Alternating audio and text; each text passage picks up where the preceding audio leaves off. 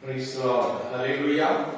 நம்மை பிதாவாகிய தேவனால் கர்த்தராகிய இயேசு கிறிஸ்துவினால் அனைவருக்கும் கிருபை இரக்கமும் சமாதானமும் உண்டாவதாக. ஆமென். ஹல்லேலூயா. இந்த வேளையிலும் நாம் சிந்திக்கும்படியாக தெரிந்து கொண்டதான வேத வசனம் யோவான் எழுதின சுவிசேஷம் 6ஆம் அதிகாரம் 37வது வசனத்தை நாம் வாசிக்கும் பொழுது அங்கு ஆண்டவர் இயேசு சொல்லுகிற அந்த வார்த்தை, நீங்கள் பிதாவானவர் எனக்கு கொடுக்கிற யாவும் என்னிடத்தில் வரும், என்னிடத்தில் வருகிறவனை நான் புறம்பே தள்ளுவதில்லை. நாளிலே ஆண்டவராய் இயேசு நம் ஒவ்வொருவரையும் பார்த்து சொல்லுகிற சத்தியம் இதுதான், வாக்கு இதுதான், அவர் நமக்கு தருகிறதான வரமும் இதுதான். என்னிடத்தில் வருகிறவனை நான் புறம்பே தள்ளுவதில்லை. அவன் எந்த பாவியாக இருந்தாலும், எப்படிப்பட்ட சபிக்கப்பட்டவனாக, வெறுப்பு தள்ளப்பட்டவனாக, எப்படிப்பட்ட வாழ்க்கையில் இருந்தாலும், ஒடுக்கப்பட்டவனாக இருந்தாலும் சரி, உதறி போடப்பட்டவனாக இருந்தாலும் சரி, வெறுக்கப்பட்டவனாக இருந்தாலும் சரி, ஆண்டவர் இயேசுவிடத்தில் வரும் பொழுது அவர் உங்களை புறம்பே தள்ளுவதில்லை. அல்லேலூயா. நாம் அதைத்தான் வேதத்திலிருந்து சில நபருடைய வாழ்க்கையை குறித்து நாம் இப்பொழுது நாம் பார்க்க போகிறோம். வேதத்திலே சில காரியங்களை நாம் பார்க்கும் பொழுது சில காரியங்கள் நமக்கு அது மிகுந்த ஒரு பக்கத்திலே ஆச்சரியமாக காணப்படும், இன்னொரு பக்கத்திலே அது நம்முடைய எண்ணம் மாறுபட்டதாய் இருந்தால் அது வேறு மாறி வெறுப்பாகவும் காணப்படும். ஆனால் அதே வேளையிலே எல்லாவற்றையும் நாம் என்ன செய்து அதை நாம் ஏற்று அந்த சத்தியத்தின்படி நாம் வாழ்ந்தால் நம்மையும் ஆண்டவர் வெறுத்து தரவே மாட்டார். நம்முடைய வாழ்வையும் ஒரு செழிப்புள்ள வாழ்க்கை கொண்டு வருவார். நம்முடைய குடும்பத்தையும் ஒரு ஆசீர்வாதமான குடும்பமாக ஆண்டவர் மாற்றி ஆசீர்வதிக்க வல்லவராய் இருக்கிறார். Praise God. ஹல்லேலூயா.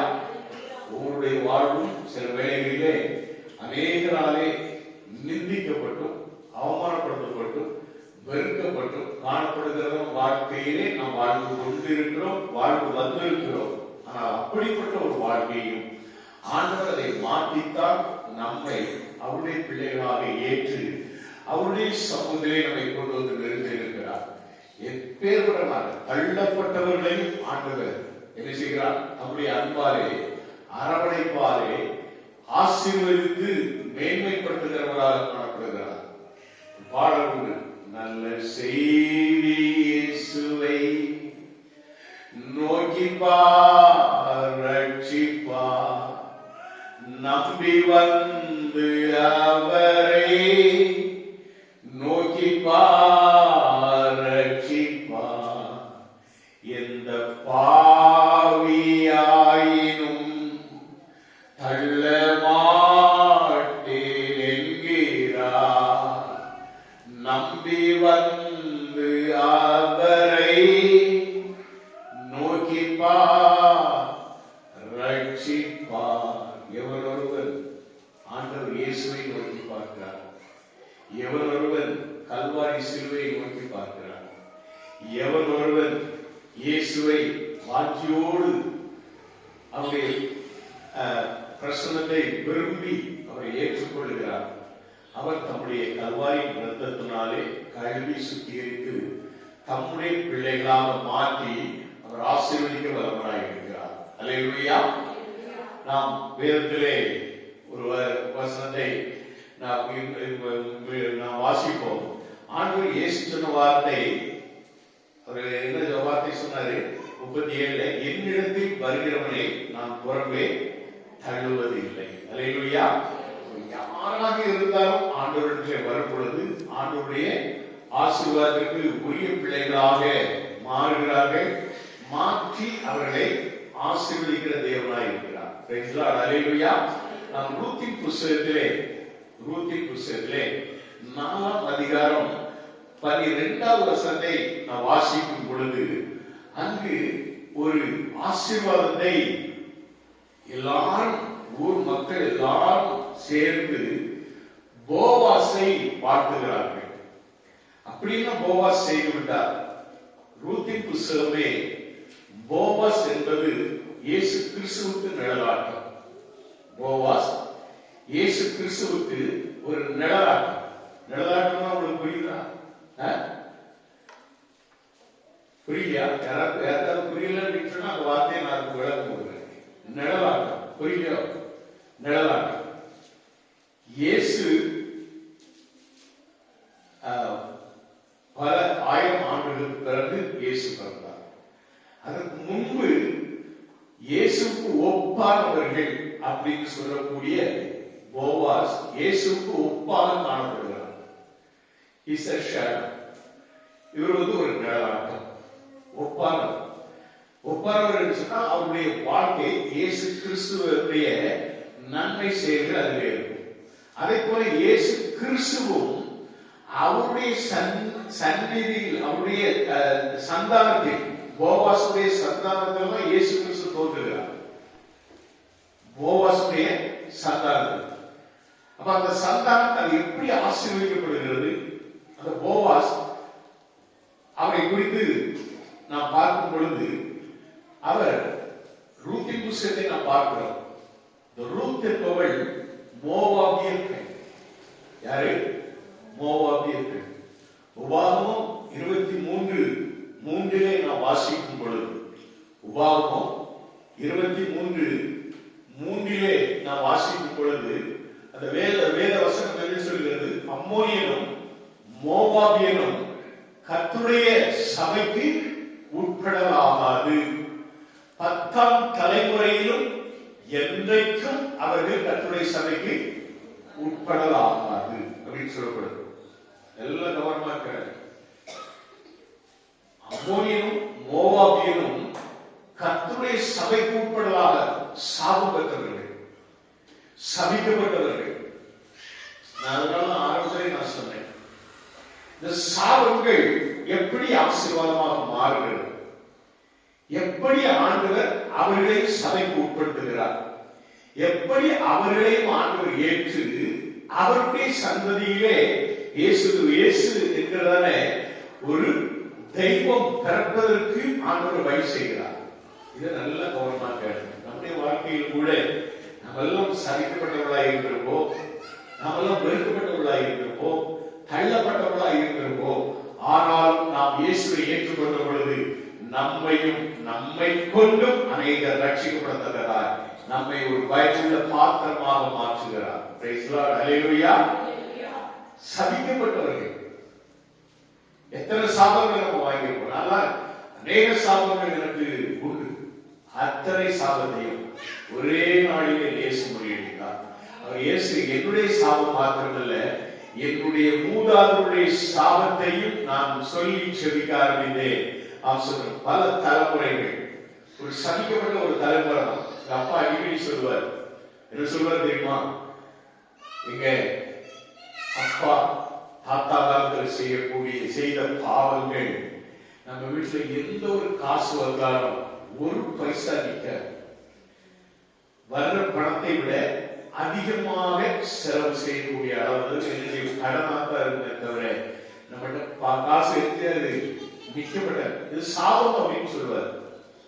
ஆனால் அது என்னுடைய மனதிலே ஆழ பதிந்தது. அவருடைய காலம் போயிட்டு என்னுடைய காலம் வந்தது. நான் ஒரு நாளே ரட்சிக்கப்பட்டேன், ஆண்டவரிலே செபித்தேன். முதல்ல மூதாதையருடைய சாபத்தை நிறுத்தார்கள். அல்லேலூயா. என்னுடைய எனக்கு வருகிற வருமானம் அது எனக்கு போதுமானதை மாத்திரமல்ல மிச்சமானதாய் காணப்பட வேண்டும் என்று சொல்லி ஜெபிக்கிறார்கள். Price God. ஹல்லேலூயா. அப்பா அப்படி சொன்னாரு. அந்த சாபங்கள் எல்லாம் மாறட்டும். என்னுடைய சந்ததியிலே இந்த சாபம் இருக்கக்கூடாது என்று என்ன செய்த ஜெபிக்க ஆரம்பித்தேன். கர்த்தரின் ஜெபத்தை கேட்டார். என்னுடைய சாபங்கள் எனக்குமே அந்த சாபங்களையும் ஆண்டவர் என்ன செய்தார்? மாற்றும்படியாக கிருபை செய்தார். Praise God. ஹல்லேலூயா.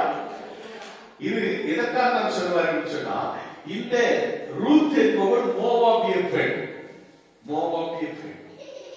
இந்த மோவாபிய ஸ்ரீ நாம பார்க்கும் பொழுது அங்க நாம் பார்க்கிறோம் எலிமெலேக்கு அவனுடைய மனைவி நகோமி இந்த ரெண்டு பேரும் எருசலேமை விட்டு மோவாபிய தேசத்திற்கு ஒரு பஞ்சம் படைப்பதற்காக சென்றார்கள். எருசலேம் என்றாலே அப்பத்தின் வீடு என்று அர்த்தம். எருசலேம் என்றாலே அப்பத்தின் வீடு. அப்ப அங்க பஞ்ச குறைவு வருமா, சாப்பாடு குறைவு வருமா? இப்ப இவங்க போறது தப்பு தானே? ஹலோ, இன்னைக்கு நிறைய அப்படிதான் அப்பத்தின் வீடை விட்டுட்டு எங்கேயோ போவாங்க. எங்க போவாங்க? மீட்டிங் போடுவாங்க, அங்கிருந்து மீட்டிங் போடுவாங்க, அங்கிருந்து போயிருவாங்க. திருப்பத்தூர் போறவங்க, நார்மாடி போறவங்க, இன்னும் பரதேசம் போறவங்க மாதிரி அப்படியே போய்கிட்டே இருப்பாங்க. ஒரு நாளும் அவங்க என்ன செய்ய முடியாது, திருப்தியே அடைய முடியாது. தேவ சமூகம் நமக்கு ஆண்டவர் ஒரு சமூகத்தை கொண்டு வைத்திருக்கிறார். நமக்கு ஒரு பார்ப்படி இந்த இடத்துல உருவாக்கி கொடுத்திருக்கிறார். நம்மை அழைத்து இந்த இடத்திலே கொண்டு வந்து நிறுத்தி சத்தியத்தை கேட்கும்படியாக வைத்திருக்கிறார். இந்த அப்பத்தின் வீடை விட்டுட்டு உனக்கு ஒரு வாரத்துக்கு ஒரு விருந்து செய்தி, ஒரு நாளும் திருப்பி திருப்பி சொன்ன செய்தியை சொல்வது கிடையாது. ஒவ்வொரு வாரமும் புதிய புதிய செய்தியை, புதிய புதிய வார்த்தையை உனக்கு போஷிப்பாக கொடுக்கிறார். இந்த அப்பத்தை விட்டு நீ வெளியில போனா நீ பரதேசியாக சுத்தி கொண்டே வருவாய். ஒரு நாளும் உன் வாழ்க்கையில திருப்தியே பார்க்க முடியாது. சத்தமா ஒரு நாள் ஞாபகம். அதனால நீ உனக்கு அப்பத்தின் வீடு இருந்தான், இதை விட்டுட்டு மோவாபுக்கு போனதால என்னாச்சு அப்படின்னா அவளுக்கு 2 ஆம்பளை பிள்ளைகள் பிறந்தாங்க. அங்க வச்சு அந்த 2 பிள்ளைகளும் பெரியவங்களா மாறினாங்க. முதல்ல அவருடைய புருஷன் இறந்து போனார். முதல்ல யாரு? நகோமியுடைய புருஷன் எலிமெலேக்கு இறந்து போனார். இந்த 2 பிள்ளைகள், ஒருத்தன் பேர் மக்களும், ஒருத்தன் பேர் கிளியும். இந்த 2 பிள்ளைகளுக்கும் அங்க மோவாபிய பெண்களை பெண் கொடுக்கிறார். நல்ல கவனிச்சுக்கோ. இப்போ ஆண்டவருடைய சமூகத்தை விட்டு, அந்த அப்பத்தின் வீட்டை விட்டு இங்கு பொண்ணு எடுக்காம எங்கேயோ போய் பரதேசம் போன இடத்துல அங்கு போய் பொண்ணு எடுத்து, அதாவது விளங்கிச்சா இல்ல, 2 பேரும் செத்து போனாங்க, சந்தானமே இல்லாம செத்து போனாங்க. இப்படிப்பட்ட வேளையில் தான் நகோமிக்கு ஒரு செய்தி வருகிறது. என்ன? அங்கு அந்த இவள் வாழ்ந்த பெத்லேகேம் அப்பத்தின் வீடு இருக்கிறதானே, அந்த தேசத்திலே ஆண்டவர் செழிப்பை கட்டளிட்டார், ஆகாரத்தை கட்டளிட்டார் அப்படின்னு கேள்விப்பட்ட உடனே இப்ப அவர் திரும்பி ரிட்டர்ன் வர்றார். எதுக்காக வர்றார்? இனிமேலாவது ஆசீர்வாதத்தை பெற்றுக்கொள்ள வேண்டும். இழந்ததுதான். எப்போ நீ அப்பத்தை வீட்டை விட்டு நீ பிழைக்கணும்னு சொல்லி வேகம், அதுவும் செல்லக்கூடாத சபிக்கப்பட்ட இடத்துக்கு நீ போகிறாயோ அப்பவே நீ இழப்பு உனக்கு உண்டு. அந்த இழப்பை நீ திரும்ப வரும்பொழுது ஆண்டவர் ஏதாவது ஒரு விதத்தில் ஈடுகட்டுவார். அவர் திரும்பும் பொழுது 2 மருமகளும் அப்படியே கூடவே வராங்க. அவர் சொல்றா, என்ன சொல்றா? நீங்க போங்கம்மா, இனிமேல் எனக்கு நான் இனிமேல் ஒருத்தர் கல்யாணம் முடிச்சாலும் அவளுக்கும் புருஷன் கிடையாது, மாமியாரு. இன்னும் நான் கல்யாணம் முடிச்சு எனக்கு பிள்ளை பிறந்தாலும் அது உங்களுக்கு புருஷனா வர முடியுமா? முடியாது. சோ நீங்க போகலாம் அப்படின்னு சொல்லிட்டு அனுப்பிச்சுறாங்க. அப்படி அனுப்பும் பொழுது ஒருத்தி, அவ பேரு ஓர்பாள், அவ என்ன செய்யறா? மாமிய முத்தம் விட்டுட்டு, இவ்வளவு நேரம் எனக்கு மாமியா இருந்தியே அப்படின்னு முத்தம் விட்டு அவ வேலை போயிருக்காங்க. அது ஒரு மர்மா. இன்னொரு மர்மகா ரூத், அவ என்ன மாமியாரோடு ஒற்றுக்கொண்டாள். மாமியாரை அவள் மிகவும் நேசித்த ஒரு சகோதரி. அவள் அப்படி நேசித்தபடினாலே அப்படிப்பட்ட மர்மகுமார் யாருக்காவது இருக்காங்க சொல்ல முடியாது. இருப்பாங்க, ஆரம்பத்துல அப்படி இருப்பாங்க. அதுக்கு பிறகு பார்த்தா அவங்களுடைய சேட்டையெல்லாம் காமிக்க ஆரம்பிச்சுவாங்க. ஆனா இந்த ரூத்து மாமியாருடைய சொல்லை கேட்டு வாழ்ந்த ஒரு பெண். மாமியார் என்ன சொல்லுகிறாளோ அதன்படி எல்லாம் செய்ய ஆரம்பித்தார். என்னைக்குமே ரூத்தை இந்த வேத புத்தகத்திலிருந்து நாம் பார்க்கும்போது ரூத்தின் புத்தகத்திலே அவள் ஒரு விசுவாசி. நகோமி அவள் யாரு? ஒரு ஹோலி ஸ்பிரிட் பரிசுத்த ஆவியானவருக்கு ஒப்பாங்க.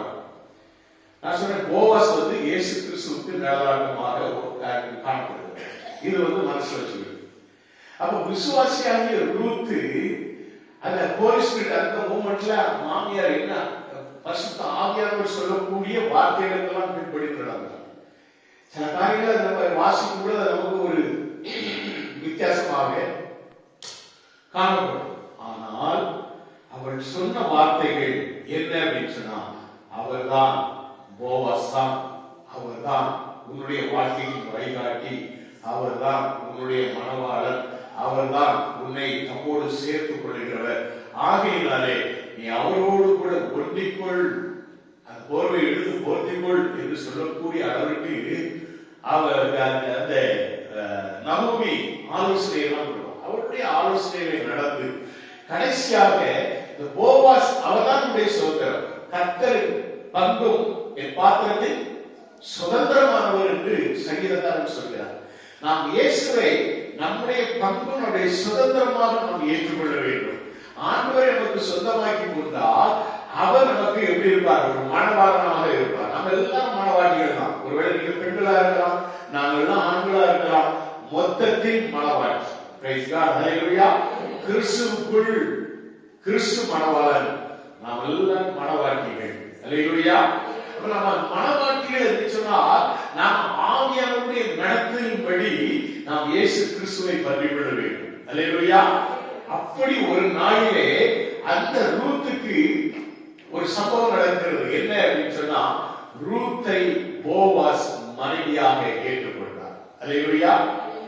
மணவாளன் கிறிஸ்து, மணவாட்டியாக நம்மை ஆண்டவர் ஏற்றுக்கொள்ளும் பொழுது அதுதான் மிகுந்த ஆசீர்வாதம். ஹல்லேலூயா.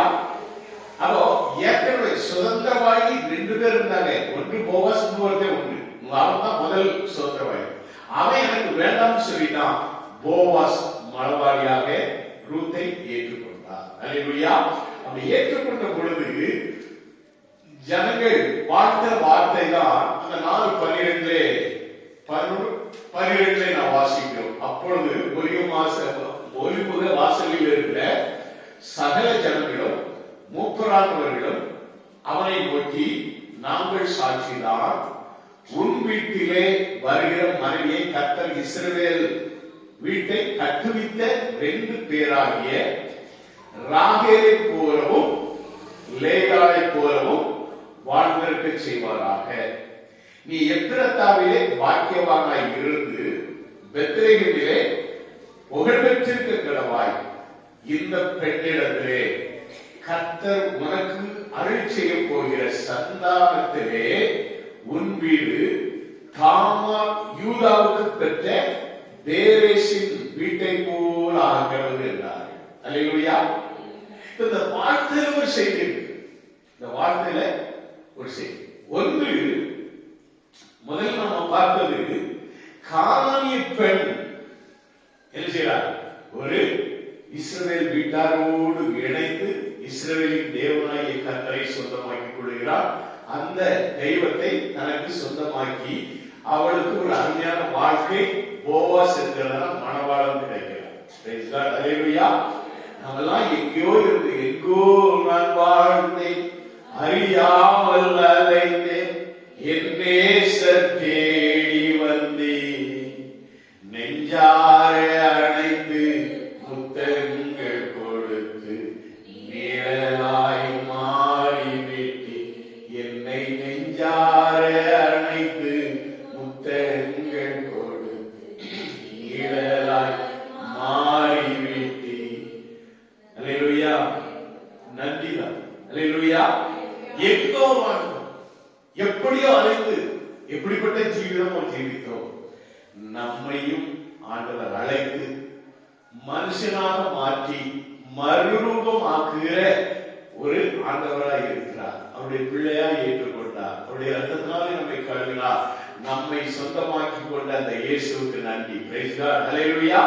அப்படித்தான் நம்மையும் ஆண்டவர் அழைத்தார்.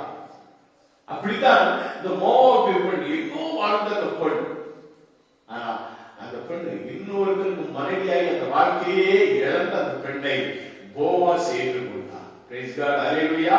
போவாஸ் ஏற்றுக்கொண்டபடி அப்படின்னாலே சபையார் அங்க இருக்கிற மூப்பரானவர்கள் வாழ்த்துகிறார்கள். என்ன சொல்லி வாழ்த்துகிறார்கள்? உன் வீடு தாமார் யூதாவுக்கு பெற்ற பேரேசின் வீட்டை போல ஆகிறது. பிரைஸ் காட், ஹல்லேலூயா.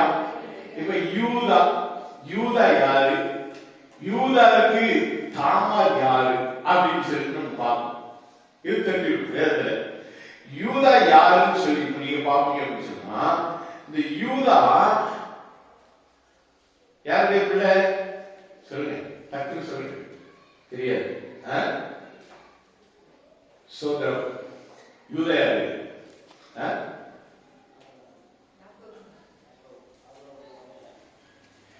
கரெக்டா சொல்லுங்க. யாரோட பிள்ளை? யாக்கோபின் பிள்ளை. அல்லேலூயா.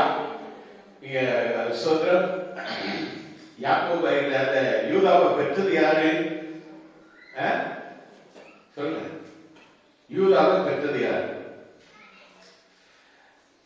ஆதியாகமம் 29:35 வசனங்களை நம்ம வாசிக்கும் பொழுது 31 நம்ம பார்க்கிறோம், லேயாள் அற்பமாய் எண்ணப்பட்டாள் என்று கர்த்தர் கண்டு அவள் கர்ப்பம் தரிக்கும்படி செய்தார் என்று நம்ம பார்க்கிறோம். ராகேலும் மலடியா இருந்தார் அப்படின்னு சொல்லப்படுகிறது.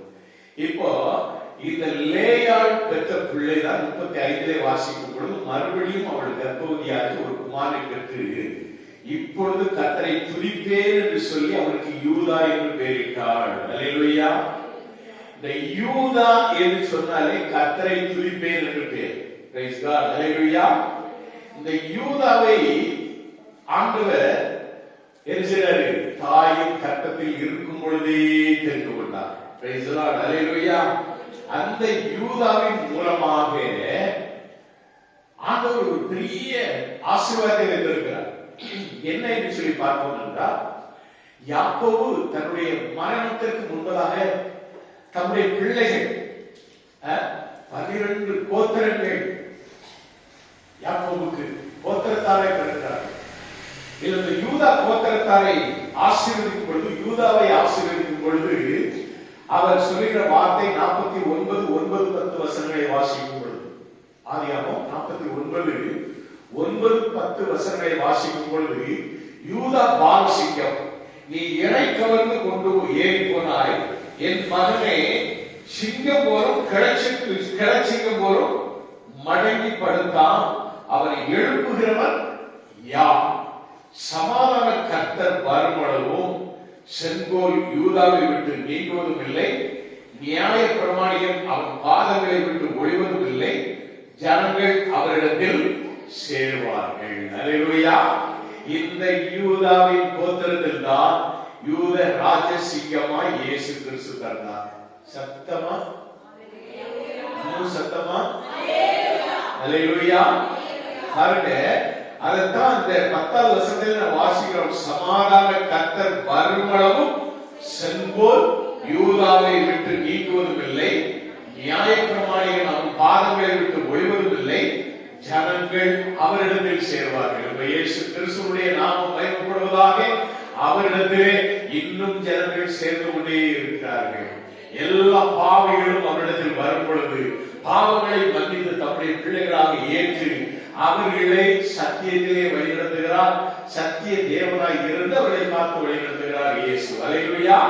அவர்களே இன்றைக்கும் யூத ராஜ சிங்கமாக இயேசு இருக்கிறார். அவர் கையிலே இப்பொழுது செங்கோல் கொடுக்கப்பட்டிருக்கிறது. அவர்தான் அந்த சிங்காசனத்திலே என்றென்றும் அரசாளுகிறவராய் யூத ராஜ சிங்கமாக காணப்படுகிறார். Praise the Lord. அல்லேலூயா. அப்படினாலே இந்த வார்த்தையாதான் சமாதான கர்த்தர் வருமளவும் செங்கோல் யூதாவை விட்டு நீங்குவது இல்லை. இயேசு கிறிஸ்து பிறப்பது வரை அந்த செங்கோல் நீங்காமல் இருந்து இப்பொழுது இயேசு கிறிஸ்து கையிலே செங்கோல் கொடுக்கப்பட்டிருக்கிறது. அவர்தான் சிங்காசனத்தில் அமரப் போகிறவர். அவர்தான் நம்மை ஆளுகை செய்வதற்கு மாத்திரமல்ல, இந்த உலகம் முழுவதையும் ஆளுகை செய்ய வரப்போகிறார். அதற்கு முன்பதாக நம்மை அவரோடு கூட கூட்டி சேர்த்துக் கொள்வார். நரசிய வருகையிலே நாமும் அவரோடு கூட வந்து இந்த பூமியிலே ஆளுகை செய்வோம். 1000 வருட அரசாட்சியிலே நாமும் அவரோடு கூட ஆளுகை செய்கிறவர்களாய் காணப்படுவோம். எத்தனை சந்தோஷமா சொல்லுங்க. அல்லேலூயா. அன்னைய பிள்ளைகளே, அப்படினாலே இங்கு இந்த யூதாவை குறித்து நாம் இப்படி பார்க்கிறோம். இந்த யூதாவுக்கு சோதரம் 3 பிள்ளைகள் இருந்தாங்க. எத்தனை பிள்ளைகள் இருந்தாங்க? 3 பிள்ளைகள். இந்த 3 பிள்ளைகள்ல ஒரு glory to God. இந்த 3 பிள்ளைகள்ல ஒரு பிள்ளைக்கு முதல்ல மேரேஜ் பண்றாங்க. இந்த நல்லா யோசிச்சுங்க, இந்த யூதா யாரை திருமணம் செய்தா அப்படின்னு சொல்லி நம்ம பார்த்தோம்னு சொன்னா, glory to God, hallelujah.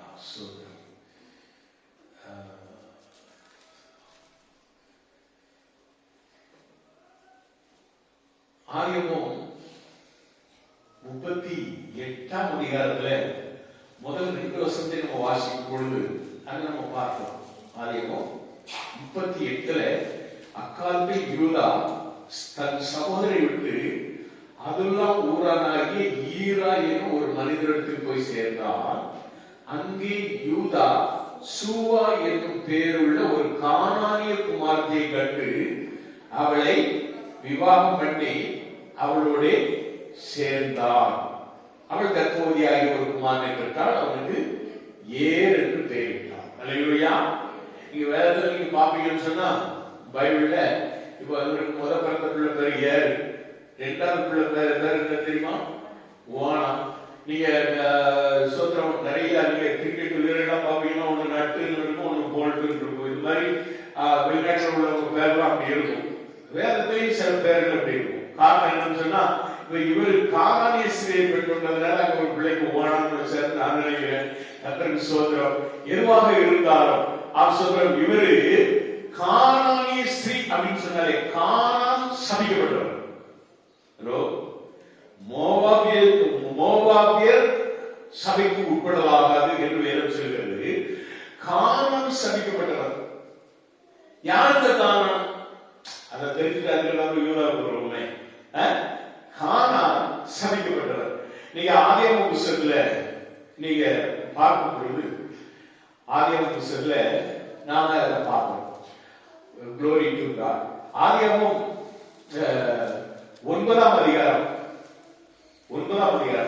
25வது வசனத்துல நம்ம வாசிக்கும் பொழுது கானான் சபிக்கப்பட்டவன், தன் சகோதரத்தில் அடிமைகளுக்கு அடிமையாக இருப்பான் என்றார்.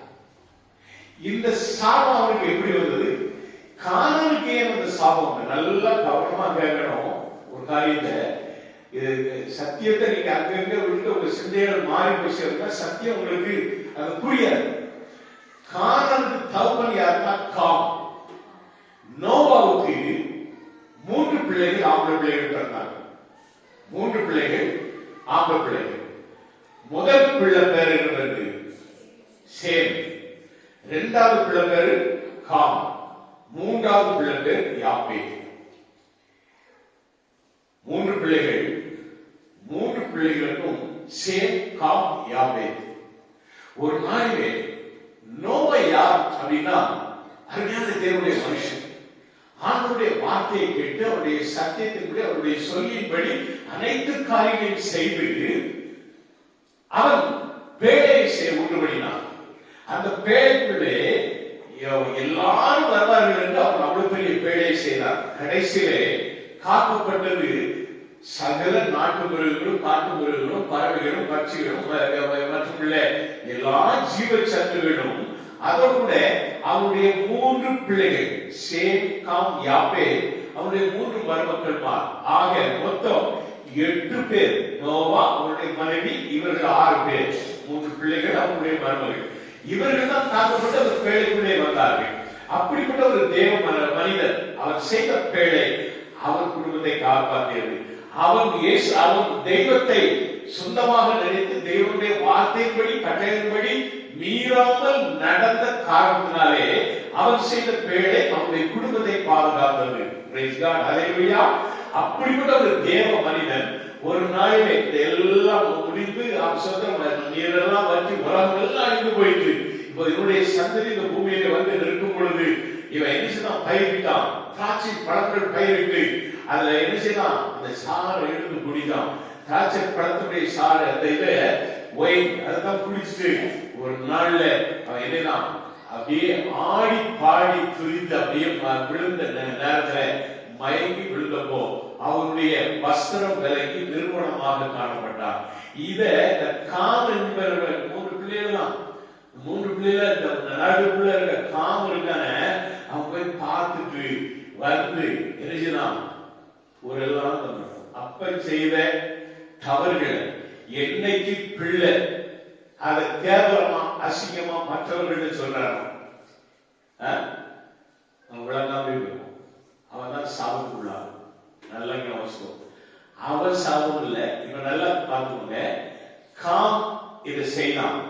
மற்ற 2 பேர் என்ன செய்யறாங்க தெரியுமா, அப்படியே ஒரு வஸ்திரத்தை எடுத்து வந்து தவப்புடைய நிர்வாணத்தை பார்க்க அப்படியே ரிவர்ஸ் முடியும். அவன் அப்படி வழுகிறான். காம் பார்த்து வந்து எழுதிதான் தப்பட்ட அடிச்சுட்டு இருந்தான். மற்ற 2 பிள்ளைகளும் அப்படியே வஸ்திரத்தில் எடுத்து அப்படியே ரிவர்ஸ் மூடிட்டு எத்தனை வருஷத்துக்கு முன்னால செய்த பாவமாக இருந்தாலும் எந்த பாவமாக இருந்தாலும் நீ மூடி போட்டனா கர்த்தருடைய ஆசீர்வாதம்.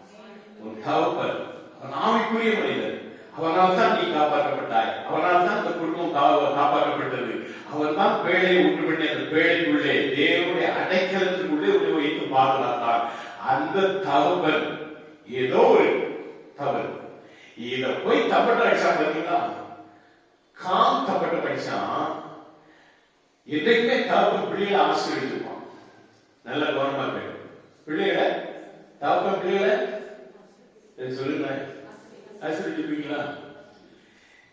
பிள்ளை தப்பு பண்ணிட்டான், நீ அவங்களை ஆசீர்வதிச்ச வாய் அவங்களை சமைச்சா சாப்பிட ஏறாது. என்ன பண்ணா தெரியுமா, கானான் சபிக்கப்பட்டவன். யாரு கானான்? சொல்லுங்க. கானான் சபிக்கப்பட்டவன். இந்த கானான் யாருன்னா அதே 9:18 வாசிங்க. ஆதியாகமம் 9:18. பேழையிலிருந்து புறப்பட்ட நோவாவின் குமாரர் சேம், காம், யாப்பேத் என்பவர்களே. காம் கானானுக்கு அப்படின்னா நோவாவுக்கு யாரு? யாரு? நோவாவுக்கு கானான் யாரு?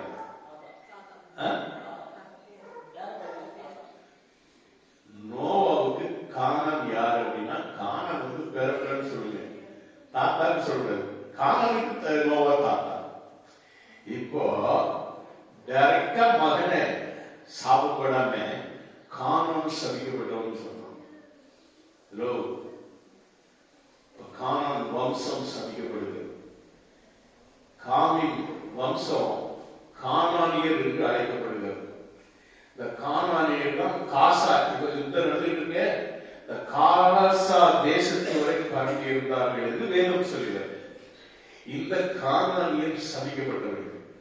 பிள்ளையே சாபம் போட்டா அது பலிக்காததுனால டக்குன்னு பேர பிள்ளைக்கு வந்துட்டான். கானான் சபிக்கப்பட்டவன். ஜாக்கிரதையா இருக்கணும். செய்யக்கூடிய பாவங்கள் நீ போய் தகப்பனுடைய ஒரு சிறு பாவம், அந்த பாவத்தை நீ சொல்லி நீ தம்பட்டம் வயசு அப்படின்னாலே அவனுடைய சந்ததி பாதிக்கப்படுகிறது. அதுதான் இந்த சத்தியத்தில் நீங்க தெரிந்து கொள்ள வேண்டிய வார்த்தை.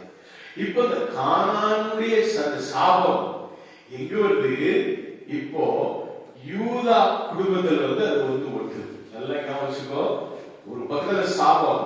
இந்த சாபம் வந்து எப்பொழுது தேவ மனிதரோடு வந்து இணைந்தோ, தேவனாலே தேர்ந்தெடுக்கப்பட்ட குடும்பத்தோடு வந்து இணைகிறதோ அப்பதான் அந்த சாபம் நீக்குகிறது. நல்லா கவனிச்சுக்கோங்க. யூதா கானானிய பெண்ணாகிய சூவாவை மணந்தான். அல்லேலூயா. புரியுதா உங்களுக்கு? புரியலன்னா கேளுங்க, நான் ஒரு தடவை சொல்றேன். ஏதாவது இதுல புரியல,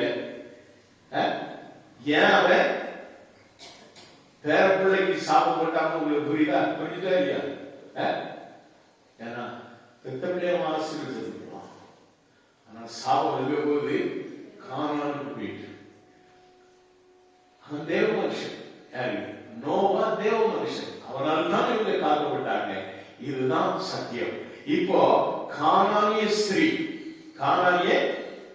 ஸ்ரீயாகிய யார பேரு இவர் யோசேப்பு சோதரம் யூதா மணந்து கொண்டது யார? சுவா என்ற பேருள்ள ஒரு கானானியுடைய குமாரத்தியை கண்டு அவளை விவாகம் பண்ணி அவளோடு கூட சேர்ந்தான் என்று சொல்லப்படுகிறது. சுவாவுடைய பிள்ளை மகள்.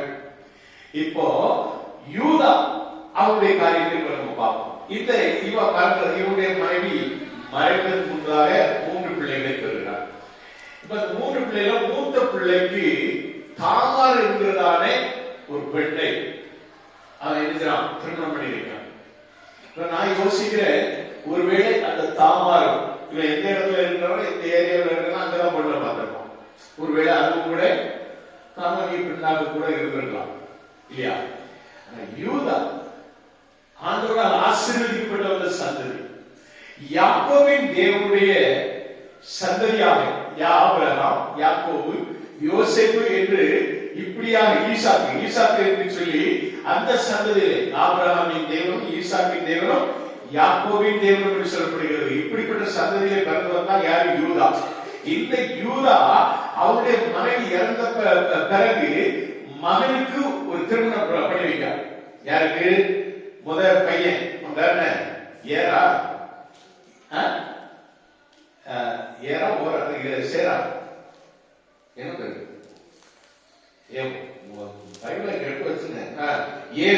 ஏருக்கு கல்யாணம் பண்ணிக்கிறான். கல்யாணம் பண்ணி வச்சா அவன் என்ன செய்யறான்? அவன் ஏதோ ஒரு தவறு செய்தபடினாலே 7ஆம் வசனம் சொல்கிறது, யூதா தன் மூத்த மகனாகிய ஏர் என்பவருக்கு தாமார் என்னும் பேருள்ள ஒரு பெண்ணை கொண்டார். யூதாவின் மூத்த மகனாகிய ஏர் என்பவர் கர்த்தரின் பார்வைக்கு பொல்லாதவனாய் இருந்ததினால் கர்த்தர் அவனை அழித்து போட்டார். அல்லேலூயா. இப்போ அந்த காலத்துல சந்தானம் பெருகணும் அப்படிங்கிறதுக்காக மூத்தவனுக்கு மனைவி சந்தானம் இல்லாமல் இறந்து போனா அவளை அடுத்த மகனுக்கு திருமணம் செய்து வைப்பாங்க. இப்ப அடுத்த மகனுக்கு அந்த தாமார திருமணம் செய்து வைக்கிறாங்க. அவரும் சில தப்பு பண்ணதுனால அவரையும் ஆண்டவர் அடித்தார். அவரும் செத்து போனான். யாரு? ஓனான்.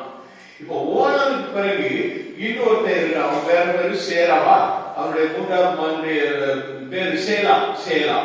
அவன் சின்ன பையனா இருக்கான்.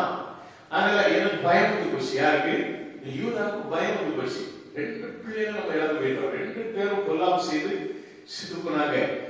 இன்னும் 3ஆவது பையனும் ஒருவேளை அந்த பிள்ளைய நம்ம கல்யாணம் பண்ணி வச்சோம்னா அவனுக்கு ஏதாவது ஒரு விதத்துல தவறு செய்தாங்கன்னா கர்த்தர் அடிச்சுவாரு நினைச்சியம்மா, நீ உன் தாப்பு வீட்டுல போய் இரு.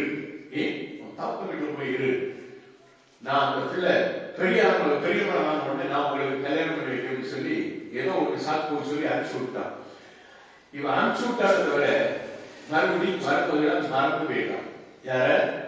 தாமார் ஒரு கைப்பண்ணா நம்ம அனுப்புறோமே மறந்து போயிட்டு இவன் ஒரு நாள்ல இவன் ஆடுகளுக்கு மயிர் கத்திரிப்பதற்காக ஆடுகளுடைய முடிய வெட்டணும். ஒரு குறிப்பிட்ட அளவு வளர்த்த பிற்பாடு ஆடுகளுக்கு முடிய எரிச்சுவாங்க, கட் பண்ணி விடுவாங்க. அப்பதான் அந்த ஆடு மீண்டும் கொழுந்து வரும். இல்லைன்னா அந்த முடிய அந்த பெய சத்தெல்லாம் சாப்பிட்டு இருக்கும். அதனால அந்த கத்திரிக்காக சென்ற பொழுது இத அவ கேள்விப்படுறா. யாரு? மர்மமா கேள்விப்பட்டு அவ ஒரு நீரூற்று அட்டையில போய் உட்கார்ந்து அந்த காலத்துல இவனும் பொட்டாட்டி அங்க போயிட்டான். இவன் அப்படியே போனான். அப்படி போகும்போது அங்க ஒரு பெண்ணை பாக்குறான். உட்கார்ந்து போட்டு ஒரு பெண்ணு உட்கார்ந்துருக்காள, ஒருவேளை நம்மளுடைய இச்சையை அவர்கிட்ட தீர்த்துக்கலாம்னு சொல்லிட்டு அவளை கூப்பிடுறான். அவளுக்கு என்ன பண்றா தெரியுமா? அவளுக்கு தெரியும் யாரு இவன். யாரு? மாமனார். யாரு? வந்திருக்கவன் மாமனார். இவன் நம்மளை என்ன செய்தான்? அடுத்த பிள்ளை கெட்டித்தாருன்னு சொல்லி இவன் நம்மளை மோசம் பண்ணிட்டான். அப்ப நீரு என்ன கூப்பிடுறியா? நான் கேட்கறத தார். நான் சொன்ன, நான் என் மந்தைக்கு போய் ஒரு நல்ல இடம் ஆடா பார்த்து உனக்கு தாரன்னு சொல்றான். அது வரப்பட்டு எனக்கு அடமானத்தை தாரன்னு கேட்கறான். என்ன அடமானம் தெரியுமா? முத்திரை மோதிரம், ஆரம், கைக்கோல், 3 நல்ல கண்டு. ஒரு பெரிய ஒரு சத்தியம். நான் சுருக்கமா சொல்றேன். முதல்ல முத்திரை மோதிரம், 2வது ஆரம், 3வது இந்த 3ஐயும் அங்க கொடுத்துட்டு போறோம். அடமானமா மாமிட்ட அடமானம். ஏன் அடமானத்தை வாங்குறா தெரியுமா? நாளைக்கு யாரும் அவளை வேசியதோ கெட்டவளோ அவளை குறை சொல்லிவிடக் கூடாது. அவள் இந்த அடமானத்தை பெற்றுக்கொண்டுதான் என்ன செய்ய அவங்க கூட போய் சேர்ந்தான். யூதாவோடு அவள் சேர்ந்தாள் என்று சொல்லப்படுகிறது. இந்த அந்த அடமானம் அவன் என்னத்தெல்லாம் கொடுத்துறான்? முத்திரபோதம். அவனுக்குள்ள அதிகாரத்தை கொடுத்துறான். அதிகாரம் முத்திரபோதம் எழுது ராஜ முத்திரை மோதிரம்னா முத்திர மோதிரத்தை அதை பதிச்சு ஒரு லெட்டர் எழுதலாம். இப்ப நம்ம எது பண்றோம்யா? யாருக்கு லெட்டர் வாங்கின பையனுக்கு தெரியும். நான் அதை ஒரு சைன் போட்டு ஒரு ஷீட் போட்டு கொடுப்பேன். அந்த ரவுண்ட் சீல் அதனுடைய அதான் முத்திரை. இந்த முத்திரையை கொண்டு போய் கொடுத்தா வேலை கிடைக்காதவனுக்கு வேலை கிடைக்குது. அல்லேலூயா. ஆனா சர்ச்சைக்கு ஒழுங்கு ஆக மாட்டாங்க. அது போட்டோம். திருமணம் ஆகாதவங்களுக்கு அதை கொண்டு போய் கொடுத்தா அந்த திருமணம் நடக்குது. அல்லேலூயா. இப்படி அதே மாதிரிதான் அந்த முத்திரை மோதிரத்துக்கு அவ்வளவு பவர் உண்டு. பவர் இழந்து போயிட்டா பவர் ஆகமான விஷயம். 2வது ஆரம். ஆரம் அந்த காலத்துல என்ன பண்ணுவாங்க? வெற்றி பெற்றவர்களுக்கு ஜெயமாலையாக போடப்படுவதுதான் ஆரம். வெற்றியை தூக்கி அடவசம். 3வது கைகோல். ஒரு கோலும் ஒரு தடிப்பனை தேர்க்கும் என்று சொல்வது போல கைகோல் என்பது எது? வேதம். அல்லேலூயா. வேதத்தை கொடுக்கலாம். எதுக்காக? அற்ப ஆசைக்காக, இச்சைக்காக. ஒரு நேரம் அவனுடைய ஆசையை தீர்த்துக்கிட்டு 3ஐயும் அடமான வைத்தான். இன்றைக்கு இந்த 3ஐயும் அடமான வைத்து ஏமாந்து போன எத்தனையோ இளைஞர்கள், எத்தனையோ பேர் இன்றைக்கும் அவர்கள் அந்த அடமானத்திலேயே வாழ்ந்து கொண்டிருக்கிறார். நல்ல ஞாபகம். வாழ்க்கையில நீ எப்போ இந்த ஒரு ஆசைக்காக, இந்த ஒரு இச்சைக்காக நீ போய் விழுந்தால் உன்னுடைய வாழ்க்கையில நீ எழுப்புவது ரொம்ப கஷ்டம். ஆனால் யூதாவுக்கு அவன் தாயின் கர்ப்பத்திலிருந்து வரும் பொழுதே, அவனுடைய தகப்பன் மறிக்கும் முன்பதாக வாழ்த்தின் பொழுதே யூதா ஒரு பாலசிங்கம் என்று அவன் வாழ்த்தை பெற்றவர். ஆனால் அவன் என்ன பண்றான்? அவன் சொல்றான், இதை பெற்றுக்கொண்டவள் கர்ப்பம் தரிக்கிறார். கர்ப்பம் தரித்து ஒரு பிள்ளையை பெறுகிறார். அந்த பிள்ளைக்கு பேர் என்ன தெரியுமா? பாரேஸ். பேரேஸ் சொல்லப்படுகிறது, பாரேஸ் சொல்லப்படும். பாரேஸ் ஒரு பிள்ளை. அவன் கர்ப்பம் தரிசிட்டான உடனே இதே யூதா என்ன பண்றான் தெரியுமா? உன் மருமகா கெட்டு போனான்னு காதல வந்து விழுந்த உடனே தையா தகான்னு துள்ளி எழுந்திரிச்சு அவளை வெளியில கொண்டு அவளை சுட்டரிக்கணும், வைக்கணும் ஆகும்னா அவன் என்னோட அந்த 3 பொருளை கொடுத்து இவன் தான் என்ன கெடுத்தான்னு சொல்லிட்டான். அல்லேலூயா. கெட்டது வேசியங்கிறதான பேர் வரக்கூடாதுன்னு அவள் ஞானமாக செய்தபடினாலே அவளுடைய சந்ததியிலே பேரேஸ் பிறகுறான். இந்த பேரேசுடைய சந்ததியிலே போவாஸ் பிறகுறான். இந்த போவாசுடைய சந்ததியிலே யார் பிறகுறான்? அந்த போவாசுக்கு யார் பிறந்தாங்க தெரியுமா? போவாசுக்கு யார் பிறந்தார்? அப்சோத்ரம் ஓபேதை பெற்றான். ஓபேத் ஈசாயை பெற்றான். ஈசாய் தாவீதை பெற்றான். தாவீதுடைய சந்ததியிலே இயேசு பிறந்தார். ஒரு அழிவு சொல்லுவோமா? சில காரியங்கள் நமக்கு அது ஒரு மாதிரியா தெரியும். ஆனால் கர்த்தர் இதிலிருந்து நமக்கு சொல்லுகிற பாடம் என்ன? அப்சோத்ரம் கானானிய சபிக்கப்பட்ட கானானிய ஸ்ரீ யோசேப்போடு கூட இணைந்து அவருடைய சந்ததியிலே இப்படிப்பட்ட அற்புதமான காரியத்தை ஆண்டவர் செய்கிறார். ஆண்டவர் சாபத்தை மாற்றிக் கொள்கிறார். நீங்க மத்தேயு எழுதின சுவிசேஷம் 15ஆம் அதிகாரம் 28வது வசனத்தை வாசிக்கிறதுக்கு முன்பதாக 25லிருந்து நீங்க அதுக்கு ஒரு 4 வருஷத்துக்கு முன்னாடி வாசி பாத்தீங்கன்னா அங்கு ஒரு கானானிய ஸ்திரீ இயேசு கிறிஸ்துவிலே வந்து, ஆண்டவரே என் மகள் சுகவீனமாக இருக்கிறார், வியாதிப்பட்டு இருக்கிறார், அவள் அந்த கொடுமையான வியாதியை காணப்படுகிறார், எனக்கு அவளுக்கு சுகம் வேண்டும் என்று சொல்லி ஆண்டவரிடத்தில் வந்த பொழுது ஆண்டவர் என்கிறார், காதுகக்காக இருக்கிறார், கண்டுக்கவே மாட்டாரு. கூட இந்த சீஷர்கள் சொல்லுவாங்க, என்ன சொல்லுவாங்க? ஐயா உங்கள்ட்ட அப்படி கேட்டுக்கிட்டே இருக்காரு அப்படின்னு சொல்லுவாங்க. என்ன சொல்லுவாங்க தெரியுமா? தெரியுமா? பிள்ளைகளின் அப்பத்தை எடுத்து நாய்களுக்கு போடுவது சரியில்லை. அந்த காலத்துல கானானியர்கள் என்றால் நாயை போல மதிக்கப்பட்டவர்கள். ஞாபகம், நாய இங்கதான் வச்சிருப்பாங்க. சொல்லுங்க, வாசல் தான் கிடக்கணும், வீட்டுக்கு ரோட்டு வைக்க கூடாது. நாய் அதுதான், அங்கதான் அங்க இருந்து அங்கே புதைச்சிட்டு அங்கே இருக்கணும், அங்கதான் போய் சாப்பிடும். அப்படிப்பட்ட அர்த்தம் ஆண்டவர் சொல்றாரு. பிள்ளைகளின் அப்பத்தை எடுத்து நாய்க்குட்டிகளுக்கு போடுவது நல்லது. இப்போ இது ஏன் அன்னைக்கே கானானிய ஸ்திரிய யூதாவின் மூலமாக ஆண்டவர் நினைச்சிட்டாரு, பிரஸ் பண்ணி கொண்டு வந்தாரு. ஆனாலும் இந்த கானானிய ஸ்திரிக்கு எப்படிப்பட்டவளாக இருக்கார்? இன்றைக்கு கானானிய ஸ்திரிகள் நீங்க எப்படிப்பட்டவர்களாக இருக்கிறீர்கள்? இன்றைக்கு கானானியர்களாகி நீங்க எப்படிப்பட்டவர்களாக இருக்கிறீர்கள்? விசுவாசத்திலே உங்களுடைய உறுதி எப்படி காணப்படுகிறது? எத்தனை செக் பண்ற அவா என்ன சொல்றாரு தெரியுமா? மேசைகளில் இருந்து உள்ளும் துணிக்கைகளை நாய் தின்றுமே. எனக்கு அது மாதிரி அப்படி சிந்தி விடுங்க, அப்படி ஆசீர்வாதம் ஃபுல்லா ட்ரெஸ் பண்ண மாட்டோம், அப்படி சிந்தி விடுங்க, அந்த ஆசீர்வாதத்தை குறைந்து விடுகிறேன். இல்லையா? இந்த ரூத்து கூட போவாஸ் வயல்ல பொறுக்கினால சொல்லப்படுகிறது. பொறுக்கி இன்னைக்கு என்னது அவன் மாமியார் இன்னைக்கு எந்த பொறுக்கிட்டு இன்னைக்கு உங்க மறுபடியும் இந்த வார்த்தை கேட்டீங்கன்னா அவ்வளவுதான், அவளை என்ன பண்ணுவா, ஓகே பேசி போயிருவான். ஆனா அந்த காலத்துல அவதான் பொறுக்க ஆரம்பிச்சுனா, பொறுக்கிறது வசனங்களை காரியத்தை. இல்லையா? மர்ம மாமியார் கேட்கா, மறுபடியும் பார்த்து பொறுக்கிட்டு வந்து இன்னைக்கு என்ன பொறுக்கிட்டு வந்து கேட்பா. இல்லையா? இன்னைக்கு அந்த வார்த்தை தப்பானதை நம்ம எடுக்கிறோம். அந்த காலத்துல அதே மாதிரிதான் இவன் நான் பொறுக்கி கொடுக்கிறேன், நீ போடும், நாய்க்குட்டி போடுவதை எனக்கு போட முடியாது. ஆண்டவர் சொன்னார், இயேசு சொன்னார் இந்த வார்த்தை என்ன? மகளே, உன் விசுவாசம் பெரிது, நீ விரும்புகிறபடி உனக்கு ஆகிறது என்றார். ஒரு அலையில சொல்லுங்க, நீ விரும்புகிறபடி உனக்கு ஆக வேண்டும் என்றார். நீ என்ன செய்யணும்? ஆண்டவரே விசுவாசத்தோடு போராடணும், விசுவாசத்தோடு கேட்கணும். ஆண்டவர் எல்லா நேரமும் உடனே கேட்ட உடனே சிலவங்களுக்கெல்லாம் சில காரியத்தை நம்ம அப்படி பேசணும்னு கேட்ட உடனே நம்ம கொடுக்கணும் அப்படின்னு சொன்னா அதுக்கு ரெஸ்பான்ஸ் கிடையாது, மதிப்பே கிடையாது, அதுக்கு ஒரு நிலையே கிடையாது.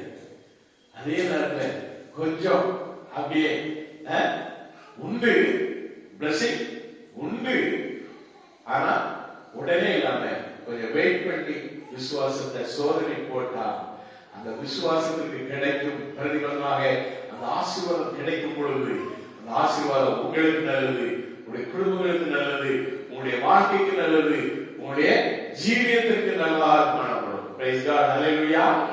இப்பதான் நான் சொன்ன முதல் வார்த்தை என்னது? என்னிடத்தில் வருகிறவனே நான் புறம்பே தள்ளுவதில்லை. ஹல்லேலூயா. ஆண்டவர் சொன்னாரா இல்லையா? என்னிடத்தில் வருகிறவனே நான் புறம்பே தள்ளுவதில்லை. ஹல்லேலூயா. பாருங்க, இயேசுவிடத்தில் வந்து இந்த கானானிய ஸ்திரீக்கு அப்பொழுதே ஆண்டவர் இயேசு அவளுக்கு பிரயோஜனமாக, ஸ்திரீயே உன் விசுவாசம் பெரிது, நீ விரும்புகிறபடி உனக்கு ஆகிறது என்றார்.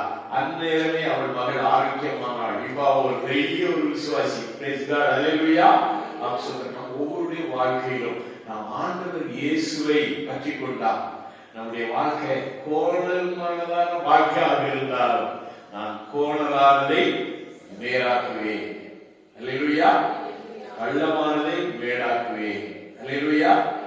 நம்முடைய வாழ்க்கை கோணலை மேலாக மாற்றுகிற ஒரே தெய்வம் இயேசுதான். அல்லேலூயா.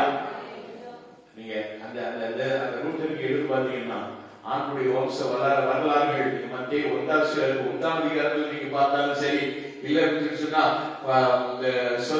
மார்க் எழுதின சுவிசேஷத்தில் நீங்க பாப்பீங்கன்னா ரிவர்ஸ்ல அந்த சந்ததியை கொடுத்திருப்பாங்க. மத்தேயுல ஆரம்பத்தில் ஆபிரகாமின் வம்ச வரலாறு முதல்ல இருந்து இப்படி கொடுப்பாங்க. ரெண்டுமே ஒன்றுதான். என்ன? ஆண்டவராகிய இயேசு கிறிஸ்து ஆம் சோதரம் இந்த சந்ததியிலிருந்து வந்தவர். அல்லேலூயா. அற்பமாக எண்ணப்பட்ட சந்ததி, சபிக்கப்பட்ட சந்ததி, வெறுக்கப்பட்டு ஒதுக்கப்பட்ட சபைக்கு உட்படாத ஒரு சந்ததி.